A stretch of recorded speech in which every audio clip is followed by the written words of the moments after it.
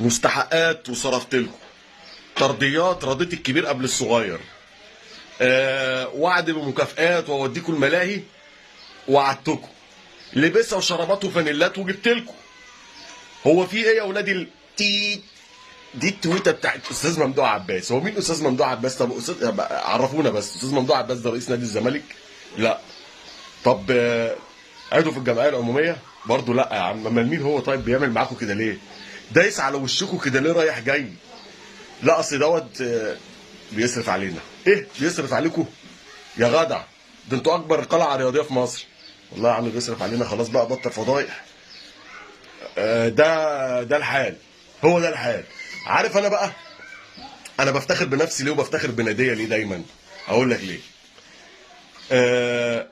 انا السنه دي خسرت كام؟ خسرت بطولات كتير، مع ان عندي كتير، بس خسرت كل اللي انا داخل فيه. بس الحمد لله انا ما خسرتش كرامتي. كرامتك انت متداس عليها على طول. انا بقى الحمد لله كرامتي متداس عليها ومحدش قرب لها. الحمد لله على نعمه الاهلي، اقسم بالله. لو عجبك الفيديو ما تنساش متابعه اخوك الاهلاوي، ابعتها له.